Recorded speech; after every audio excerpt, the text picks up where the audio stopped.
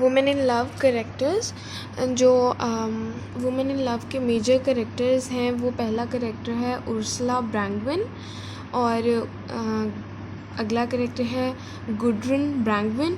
अब ये उर्सुला और गुड्रन जो हैं ये दोनों बहनें हैं, ठीक है।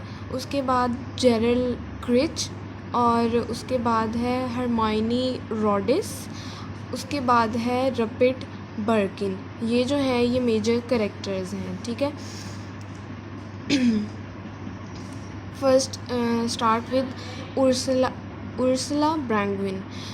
One of the novel's character, Ursula is one who shows the most growth. तो थ्रू आउट द नॉवल जो सबसे ज़्यादा करेक्टर की ग्रोथ होती है, करेक्टर डेवलपमेंट होती है, वो उर्सुला ब्रैंगविन की है। At the beginning of the story, Ursula is introverted and stuck inside her head, and she is determined to understand life before making any decisive moves. तो Ursula जो है वो एक मतलब अपने ही आप में अपने अंदर रहने वाली है और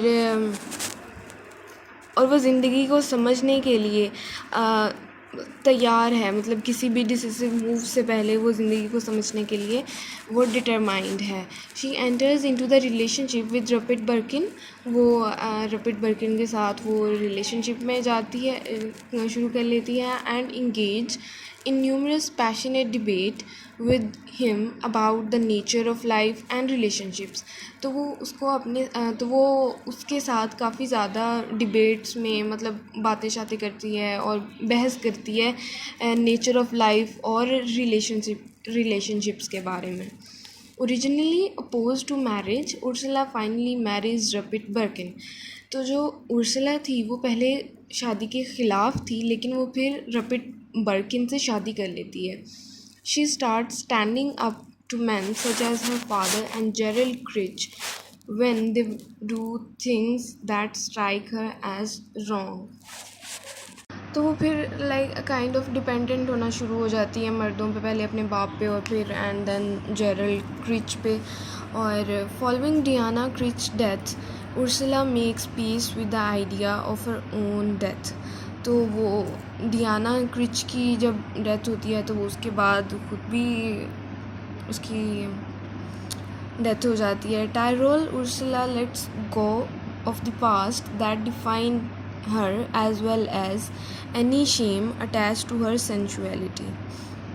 As the novel ends, she is still debating ideas with Rabbit, showing marriage has not made Ursula complacent nor stunted her drive to understand life.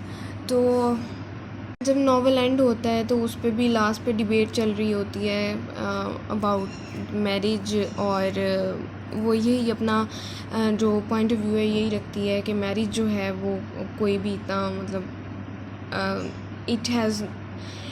It doesn't play any role in understanding life और anything else, ठीक है। तो जैसे हम कई दफ़ा maturity को marriage के साथ जो है वो कर देते हैं कि इसकी शादी कर दोगे तो ये मेच्योर हो जाएगी एट्सेट्रा एट्सेट्रा, तो ऐसा नहीं होता, ठीक है। उसके बाद है हमारे पास Gerald Crich. Gerald Crich is an other character of the novel. Gerald Crich जो है वो उर्सुला की बहन गुड्रुन जो है उसका लवर भी है और उसका दुश्मन भी है, मतलब दोनों साथ साथ चीज़ें चल रही हैं। Gerald Crich accidental killing of his brother when they were boys sets him apart from others. तो जेरल क्रिच जब छोटा होता है तो वो एक्सीडेंटली उसके भाई की डेथ हो जाती है उससे, और इसकी वजह से वो सबसे अलग रह रहा होता है। He avoids introspection, throwing his energy into doing. तो वो इंट्रोस्पेक्शन नहीं करता, रादर वो एक्शंस पे बिलीव रखता है। इंट्रोस्पेक्शन वो होता है कि जब हम अपने ही आइडियाज़ और मेंटल और इमोशनल प्रोसेस को जब हम एग्ज़ामिन करते हैं या हम उसको ऑब्ज़र्व करते हैं तो उसको इंट्रोस्पेक्शन कहते हैं। तो जेरल क्रिच जो है वो हमेशा इस चीज़ से अवॉइड करता है, ठीक है। तो वो अपनी सारी एनर्जी जो है वो कामों को करने में गुजार देता है rather than thinking about them, ठीक है। रपिट बर्किन इज़ हिज ओनली फ्रेंड, तो जो रपिट बर्किन है वो उसका एक ही दोस्त है जिससे उसकी शादी होती है उर्सला की, ठीक है। And Gerald suppresses his homosexual desires for Rupert, तो रपिट बर्किन जो है वो जेरल क्रिच का एक ही दोस्त है और वो उसकी होमोसेक्सुअल डिज़ायर्स भी हैं। अब होमोसेक्सुअल्स ये होती हैं, डिज़ायर्स वो होती हैं लाइक अगर आदमी है तो वो आदमी की तरफ ही अट्रैक्ट होता है और अगर औरत है तो वो औरत की तरफ ही अट्रैक्ट होती है, ठीक है। तो वो पहले जो है वो अपनी जो ऐसी डिज़ायर्स होती हैं उसको सप्रेस कर लेता है, मतलब उसको शो नहीं करवाता। When his father falls ill, Gerald take over the mining operation, reforming it to standard of efficiency. तो जब उसका फादर जो है वो बीमार होता है तो वो सारा जो उनका बिज़नेस होता है माइनिंग ऑपरेशन का वो उसको संभाल लेता है और अच्छे तरीके से संभाल लेता है।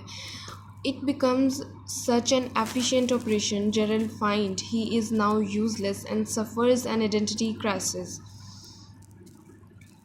तो वो एक एफिशिएंट प्रोसेस बन जाता है, मतलब अच्छा वो एफिशिएंसी से चला रहा होता है उसको, लेकिन वो फिर अपने आप को एक यूज़लेस आदमी समझना शुरू कर देता है जिसके पास कोई अपनी आइडेंटिटी नहीं है। He turns to his relationship with Gudrun Brangwen, तो वो फिर अपना जो गुडरन ब्रैंगविन होती है उसके साथ अपना रिलेशनशिप जो है वो स्टार्ट करता है as a remedy for this. तो वो अपने इस जो उसकी मुश्किल होती है लाइक मतलब वो उसको आइडेंटिटी क्राइसिस और जिससे भी गुज़र रहा होता है, इस मुश्किल को ओवरकम करने के लिए वो गुडरन ब्रैंगविन से रिलेशनशिप में आ जाता है। But their passion for each other is marked by power struggle that culminate in a fight to the death. At his urging, Gudrun, Ursula and Rapid join him on holiday in Austrian mountains.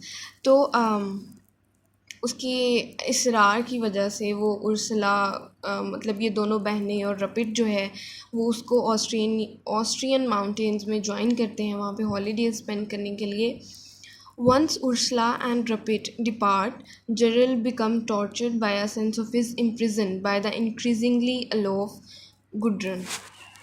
तो holidays के बाद जब Ursula और rapid जो है वो चले जाते हैं तो जेरल्ड जो है ये एक कह लें कि टॉर्चर्ड और नॉट फ्रेंडली और डिस्टेंट जो है वो मतलब सबसे ना एक डिस्टेंस क्रिएट कर लेता है, फ्रेंडली नहीं रहता किसी से भी। This solution he decides is to kill her, तो जो सोल्यूशन उसको मिलता है वो ये है कि वो उसको मार दे गुडरन को, ठीक है। वो गुडरन के साथ बड़ा हार्श बिहेव कर लेता है, उससे डिस्टेंस क्रिएट कर लेता है। तो वो फिर जो सोल्यूशन वो निकालता है वो ये है कि उसको मार दे वो। Surprising Gudrun and her Loerke is another character as a picnic in the snowy wilderness Gerald strangles Gudrun. तो गुडरन और हेरलॉक जो है ये दोनों पिकनिक मना रहे होते हैं स्नोई विल्डरनेस में और जेरल्ड जो है वो उसको स्ट्रैंगल करता है। स्ट्रैंगल करना होता है कि गला दबाना और जिसकी वजह से चॉकिंग शुरू हो जाए, मतलब ना सांस आ रहा हो और खांसी आ रही हो साथ, तो उसको वो उस तरह ही डिसाइड टू किल हर।